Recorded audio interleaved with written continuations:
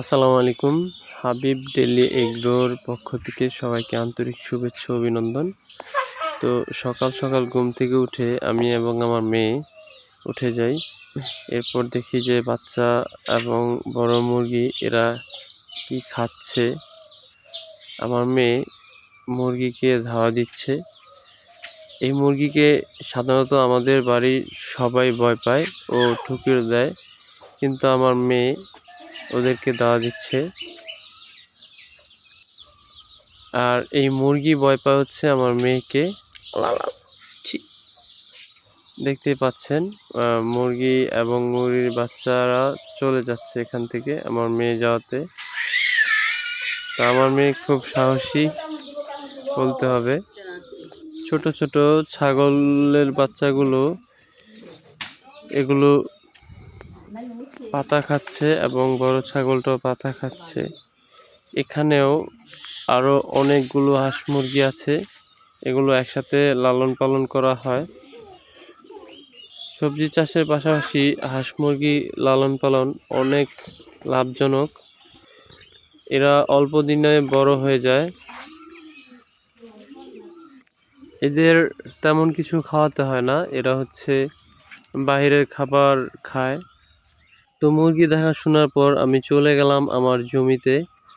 আমার জমিতে আজকে কিছু অংশ কুপিয়ে সমান করে এরপর হচ্ছে এখানে চারদিক দিয়ে বেড়া দিতে হবে। এখন সমস্যা হচ্ছে বাঁশ পাচ্ছি না কোথাও, বাঁশ ছাড়া তো সাইড দিয়ে বেড়া দিতে পারছি না। এই জন্য গতকালকে একজন মুরব্বির সাথে কথা বলছি বাঁশ নিয়ে। উনি বলছে ওনার কাছে বাঁশ আছে, তাই আজকে ওনার থেকে বাঁশ নিব। তো আমার এই সবজি বাগান এবং হাঁস মুরগি লালন পালনের একটা বড় অংশ হচ্ছে আমার কাছে এগুলো ভালো লাগে, তাই এগুলোকে লালন পালন করার চেষ্টা করতেছি এবং সবজি চাষের চেষ্টা করছি। একজন সাধারণ মানুষের মতো জীবনযাপনের চেষ্টা করছি।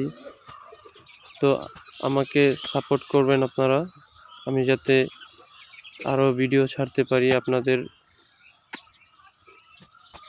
নতুন নতুন ভিডিও দেখাতে পারি। আমি যেন একজন সফল উদ্যোক্তা হিসেবে নিজেকে প্রমাণ করতে পারি।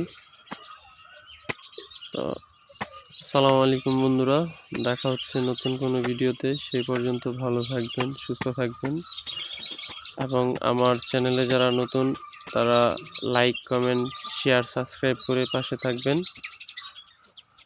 আসসালামু আলাইকুম।